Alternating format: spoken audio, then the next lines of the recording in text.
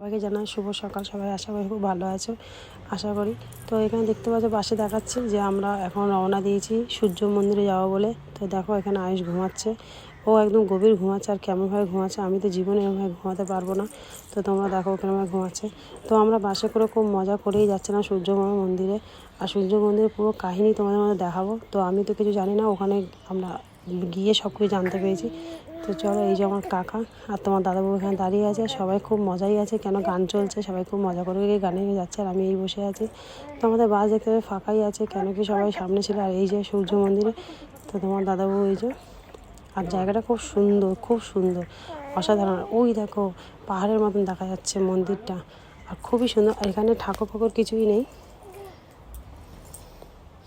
তো আমরা সবাই খুব সুন্দর লেগেছিল সূর্য মন্দিরটা। ওখানে গিয়ে আমরা কি করেছি কি না করেছি সব কিছু তোমাদের দেখাবো।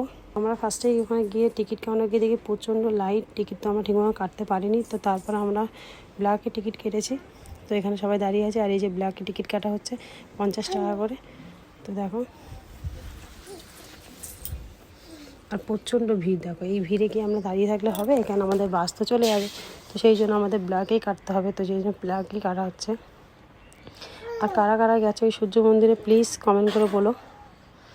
আমি তো ফার্স্ট টাইমই গেছি, আর 2015-তে আমি একবার গেছি। তো তখন মনে নেই, অনেক ছোটো ছিলাম, তখন 12 বছর বয়স ছিল।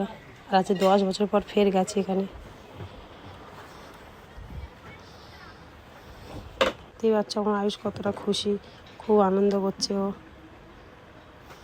এই দেখো কত ভিড়, আর প্রচণ্ড ভিড় হয়েছে। আমরা ওখানে গেছিলাম দুপুর 12টার সময়, ওখান থেকে দেখে ফিরেছি 3টের সময়। তারপরে ওখানে আমরা খাওয়া দাওয়া করে তারপর আমার বাস ফেস ছাড়া হয়েছে, গিয়ে তারপর চলে গেছিলাম পাহাড়ে। তো দেখো এখানে গিয়ে মাত্র আমার ছেলে একটা জিনিস হারিয়েও দিয়েছিল, তোর ফেভারিট গাড়ি যেটা কিনেছিল পুরী থেকে, তো ওটাও হারিয়েও দিয়েছে। তো দেখো, আর এই যে আমাদের ছোট্ট একটা পুচকু, সেটা ছোটটা খুবই ভালোবাসে, কেন তোমার দাদাবাবুকে গাড়ি চড়াই বলে।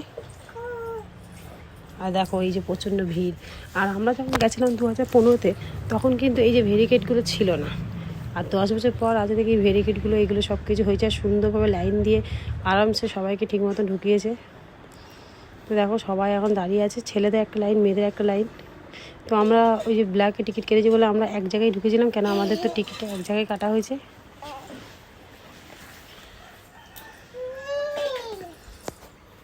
তো দেখো সবাই লাইনে দাঁড়িয়েছি। আর এই মন্দিরটা শুধু পাথর দিয়েই তৈরি, আর খুব সুন্দর হাতের কাজ।